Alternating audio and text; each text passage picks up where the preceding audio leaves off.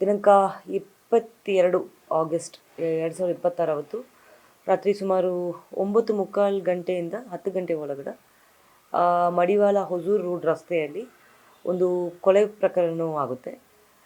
ಈ ಹಿನ್ನೆಲೆಯಲ್ಲಿ ಒಂದು FIR ಸಹ ನಾವು ದಾಖಲುಪಡಿಸಿರ್ತೀವಿ ಮಡಿವಾಳ ಪೊಲೀಸ್ ಸ್ಟೇಷನಲ್ಲಿ.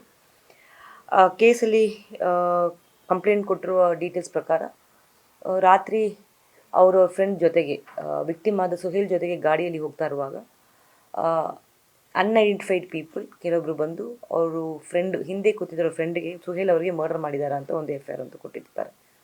ಈ ಹಿನ್ನೆಲೆಯಲ್ಲಿ ನಾವು ತನಿಖೆ ಮಾಡೋ ಸಮಯದಲ್ಲಿ ನಮ್ಗೆ ಕಂಡು ಬಂದಿರೋದು ಸುಮಾರು 7ರಿಂದ 8 ಜನ ಆ ಸ್ಥಳದಲ್ಲಿ ಇದ್ದರು.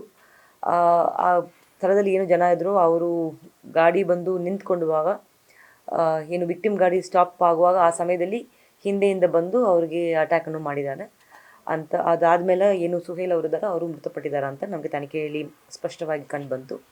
ಇದಕ್ಕೆ ಸಂಬಂಧಪಟ್ಟಂಗೆ ನಾವು ಈಗಾಗಲೇ 6 ಜನವನ್ನು ನಾವು ವಶಕ್ಕೆ ತಗೊಂಡಿದ್ದೀವಿ.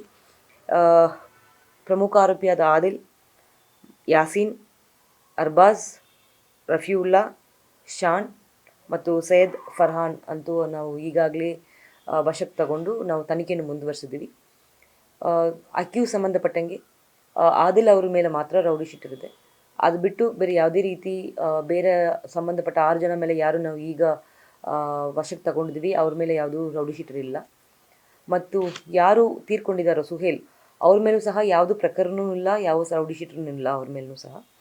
ಈ ಸಂಬಂಧಪಟ್ಟಂಗೆ ನಾವು ಏನು ಕಾರಣಕ್ಕೋಸ್ಕರ ಅವರು ಮರ್ಡರ್ ಮಾಡಿದರು, ಇವರೆಲ್ಲರೂ ಒಂದೇ ಊರು ಸೇರೋರು, ಬಂಡೆಪಾಳ್ಯ ಲಿಮಿಟ್ಸಲ್ಲಿ ಜೊತೆಗೆ ಇದ್ದಿದ್ದವರು. ಇವ್ರಿಗೆ ವೈದ್ಯಕೀಯ ಏನಾದ್ರು ತೊಂದರೆ ಇತ್ತಾ ಇಲ್ಲ ಹಿನ್ನೆಲೆಯಲ್ಲಿ ಬೇರೆ ಏನಾದರೂ ಹಿನ್ನೆಲೆಯಲ್ಲಿ ಮಾಡಿದರೂ ಸಹ ನಾವು ತನಿಖೆಯನ್ನು ಮುಂದುವರಿಸಿದ್ದೀವಿ.